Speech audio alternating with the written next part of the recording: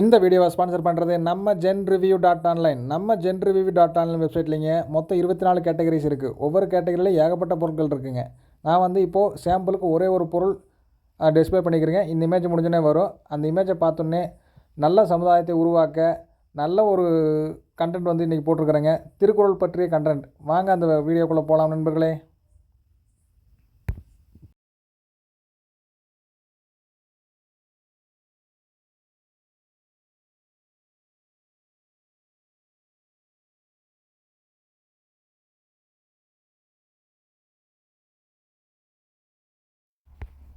திருக்குறள் பற்றிய அரிய தகவல்களை இந்த காணொலியில் தெரிந்து கொள்ளலாம் நண்பர்களே. வாங்க ஒவ்வொரு தகவலாக தெரிஞ்சுக்குவோம். மனிதகுலம் வாழ அனைத்து விதமான விளக்கங்கள் கருத்துக்கள் அடங்கிய அமுதக்கடல் பற்றி அறிந்து கொள்ள ஒரு சிறு முயற்சி. இனிவரும் காலநிலையில் இதை பற்றி காணலாம். பொதுத்தமிழ் என்ற பெயர் கொண்ட திருக்குறள் பற்றி சில தகவல்கள். திருக்குறளை முதலில் நூலாக பதித்து வெளியிட்டது யார்? அவர் வந்துட்டுங்க திரு ஞானப்பிரகாசம் அவர்கள். இவர் வந்துட்டுங்க உரை இல்லாமல் திருக்குறளை வெளியிட்டிருக்காருங்க. முதல்ல வந்துட்டு இப்போ வெளியிட்டவர் இவர் தாங்க. அதுக்கப்புறம் வந்துட்டுங்க திருக்குறளை ஞானப்பிரகாசம் எந்த ஆண்டு வெளியிட்டாருன்னா 1814ஆம் ஆண்டு தஞ்சை மாவட்டத்தில் வெளியிட்டிருக்காரு. எக்ஸாக்டான இடம் தெரியல. தெரிஞ்சதுக்கப்புறம் மறுபடியும் இந்த காணொலியை போடுறேங்க. முதல்ல வந்துட்டு இதுக்கு உரை எழுதியவர் வந்து மணிக்குடவர் என்னும் அறிஞர். அவர் தான் வந்து எழுதியிருக்காருங்க. இதுக்கப்புறம் நிறைய பேர் உரை எழுதிக்கிறாங்க. அவங்க பேரெல்லாம் பார்ப்போம். தருமர், தாமந்தர், பரிதி, பரிப்பெருமாள், நச்சர், பரிமேலழகர், மல்லர், காளிங்கர் மற்றும் பலர் திருக்குறளுக்கு உரை எழுதியிருக்கிறாங்க.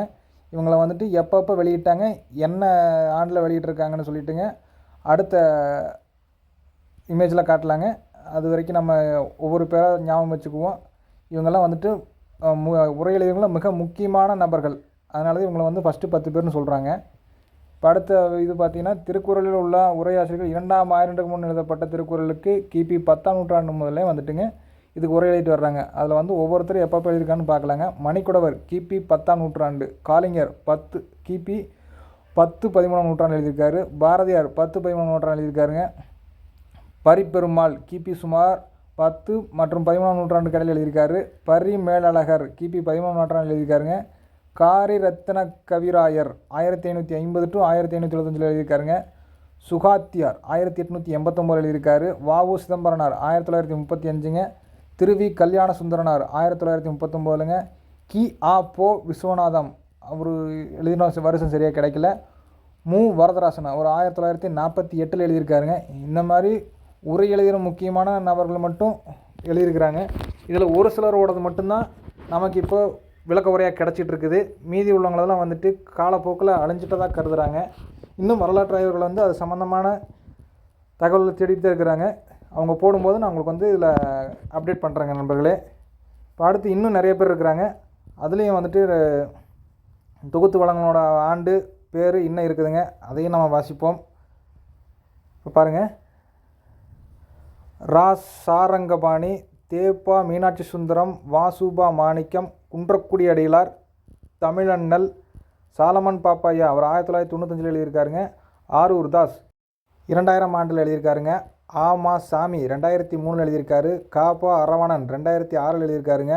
மொழி ஞாயிறு ஞா தேவநேய பாவனன் அவர் வந்து எழுதியிருக்காருங்க. அடுத்து மு. கருணாநிதியா எழுதியிருக்காரு. இந்த மாதிரி பல அறிஞர்கள் வந்துட்டு ஒவ்வொரு ஆண்டுலேயும் அவங்களுக்கு உண்டான உரை எழுதிட்டு இருக்கிறாங்க. இதில் வந்து முக்கியமாக கிடைக்கிறது ஒரு சில அறிஞர்கள் எழுதினது மட்டும்தான்.